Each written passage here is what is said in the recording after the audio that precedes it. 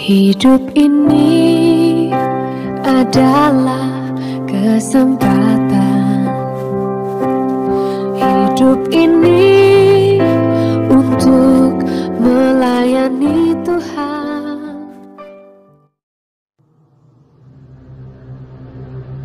Nyanyian pengajaran Asaf. Pasanglah telinga untuk pengajaranku, hai bangsaku. Seningkanlah telingamu kepada ucapan mulutku. Aku mau membuka mulut mengatakan amsal. Aku mau mengucapkan teka-teki dari zaman purbakala. Yang telah kami dengar dan kami ketahui, dan yang diceritakan kepada kami oleh nenek moyang kami. Kami tidak hendak sembunyikan kepada anak-anak mereka, tetapi kami akan ceritakan kepada angkatan yang kemudian puji-pujian kepada Tuhan dan kekuatannya dan perbuatan-perbuatan ajaib yang telah dilakukannya. Telah ditetapkannya peringatan di Yakub, dan hukum Taurat diberinya di Israel.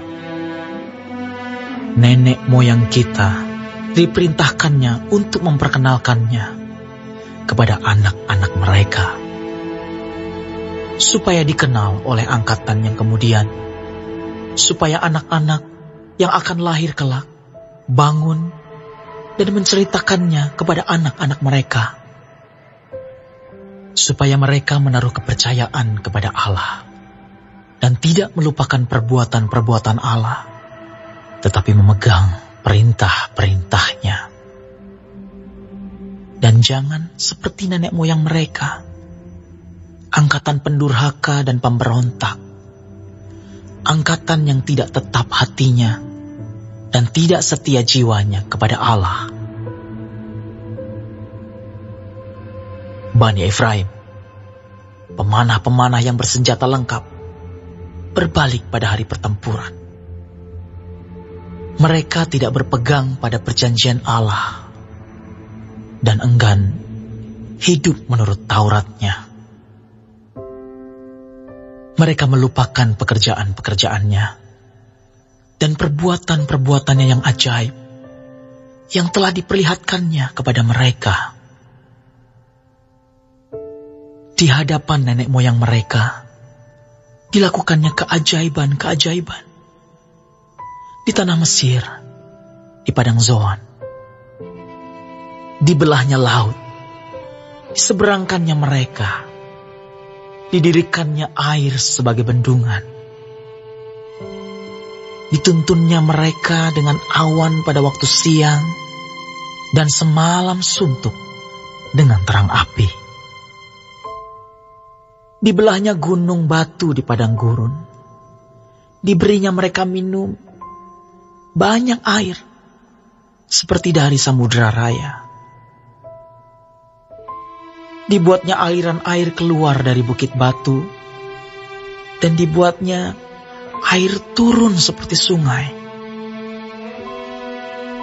Tetapi mereka terus berbuat dosa terhadap Dia, dengan memberontak terhadap Yang Maha Tinggi di padang kering. Mereka mencobai Allah dalam hati mereka, dengan meminta makanan menuruti nafsu mereka. Mereka berkata terhadap Allah, "Sanggupkah Allah menyajikan hidangan di padang gurun? Memang Ia memukul gunung batu, sehingga terpancar air dan membanjir sungai-sungai. Tetapi sanggupkah Ia memberikan roti juga? Atau menyediakan daging bagi umatnya?" Sebab itu, ketika mendengar hal itu, Tuhan gemas. Api menyala menimpa Yakub, bahkan murka bergejolak menimpa Israel, sebab mereka tidak percaya kepada Allah dan tidak yakin akan keselamatan daripadanya. Maka Ia memerintahkan awan-awan dari atas, membuka pintu-pintu langit, menurunkan kepada mereka hujan mana untuk dimakan, dan memberikan kepada mereka gandum dari langit. Setiap orang telah makan roti malaikat. Ia mengirimkan perbekalan kepada mereka berlimpah-limpah. Ia telah mengembuskan angin timur di langit dan menggiring angin selatan dengan kekuatannya. Ia menurunkan kepada mereka hujan daging seperti debu banyaknya, dan hujan burung-burung bersayap seperti pasir laut. Ia menjatuhkannya ke tengah perkemahan mereka, sekeliling tempat kediaman itu. Mereka makan dan menjadi sangat kenyang. Ia memberikan kepada mereka apa yang mereka inginkan. Mereka belum merasa puas, sedang makanan masih ada di mulut mereka. Maka bangkitlah murka Allah terhadap mereka. Ia membunuh gembong-gembong mereka dan menewaskan teruna-teruna Israel. Sekalipun demikian, mereka masih saja berbuat dosa dan tidak percaya kepada perbuatan-perbuatannya yang ajaib. Sebab itu, ia membuat hari-hari mereka habis dalam kesia-siaan dan tahun-tahun mereka dalam kekejutan. Apabila ia membunuh mereka, maka mereka mencari dia. Mereka berbalik dan mengingini Allah. Mereka teringat bahwa Allah adalah gunung batu mereka, dan bahwa Allah yang Maha Tinggi adalah penebus mereka. Tetapi mereka memperdaya dia dengan mulut mereka, dan dengan lidahnya mereka membohongi dia. Hati mereka tidak tetap pada dia, dan mereka tidak setia pada perjanjiannya. Tetapi ia bersifat penyayang. Ia mengampuni kesalahan mereka dan tidak memusnahkan mereka. Banyak kali ia menahan murkanya dan tidak membangkitkan segenap amarahnya. Ia ingat bahwa mereka itu daging, angin yang berlalu, yang tidak akan kembali. Berapa kali mereka memberontak terhadap dia di padang gurun, dan menyusahkan hatinya di padang belantara. Berulang kali mereka mencobai Allah, menyakiti hati yang kudus dari Israel. Mereka tidak ingat kepada kekuasaannya, kepada hari yang membebaskan mereka daripada lawan, ketika ia mengadakan tanda-tanda di Mesir dan mujizat-mujizat di padang Zoan. Ia mengubah menjadi darah sungai-sungai mereka dan aliran-aliran air mereka sehingga tidak terminum. Ia melepaskan kepada mereka lalat pikat yang memakan mereka dan katak-katak yang memusnahkan mereka. Ia memberikan hasil tanah mereka kepada ulat dan hasil jerih payah mereka kepada belalang. Ia mematikan pohon anggur mereka dengan hujan batu dan pohon-pohon ara mereka dengan embun beku. Ia membiarkan kawanan binatang mereka ditimpa hujan es dan ternak mereka disambar halilintar. Ia melepaskan kepada mereka murkanya yang menyala-nyala, kegemasan, kegeraman dan kesesakan, suatu pasukan malaikat yang membawa malapetaka. Ia membiarkan murkanya berkobar. Ia tidak mencegah jiwa mereka dari maut. Nyawa mereka diserahkannya kepada penyakit sampar. Dibunuhnya semua anak sulung di Mesir. Kegagahan mereka yang pertama-tama di kemah-kemah Ham. Disuruhnya umatnya berangkat seperti domba-domba. Dipimpinnya mereka seperti kawanan hewan di padang gurun. Dituntunnya mereka dengan tenteram, sehingga tidak gemetar, sedang musuh mereka dilingkupi laut. Dibawanya mereka ke tanahnya yang kudus, yakni pegunungan ini, yang diperoleh tangan kanannya. Dihalaunya bangsa-bangsa dari depan mereka.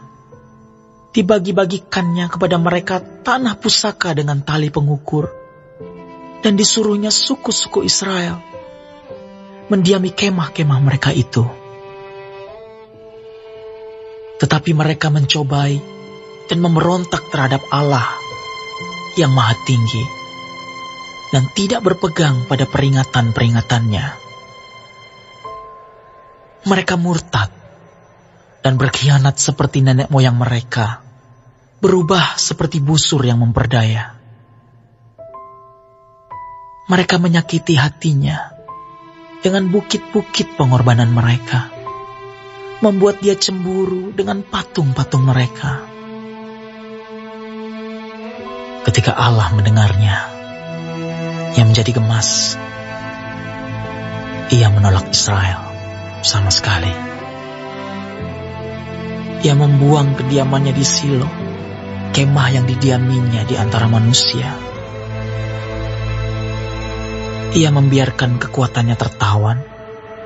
Ia membiarkan kehormatannya jatuh ke tangan lawan. Ia membiarkan umatnya dimakan pedang. Dan gemaslah ia atas miliknya sendiri. Anak-anak teruna mereka dimakan api, dan anak-anak darah mereka tidak lagi dipuja dengan nyanyian perkawinan. Imam-imam mereka gugur oleh pedang, dan janda-janda mereka tidak dapat menangis. Lalu terjagalah Tuhan, seperti orang yang tertidur, seperti pahlawan yang siuman dari mabuk anggur. Ia memukul mundur para lawannya. Ia menyebabkan mereka mendapat celah untuk selama-lamanya. Ia menolak kemah Yusuf, dan suku Efraim tidak dipilihnya. Tetapi ia memilih suku Yehuda, Gunung Sion yang dikasihinya. Ia membangun tempat kudusnya setinggi langit, laksana bumi yang didasarkannya untuk selama-lamanya. Dipilihnya Daud hambanya. Diambilnya dia dari antara kandang-kandang kambing domba. Dari tempat domba-domba yang menyusui didatangkannya dia untuk menggembalakan Yakub umatnya dan Israel miliknya sendiri. Ia menggembalakan mereka dengan ketulusan hatinya dan menuntun mereka dengan kecakapan tangannya. Baik, sebelum mengakhiri firman Tuhan hari ini, kita sama-sama berdoa. Bapa kami yang di surga, dikuduskanlah nama-Mu.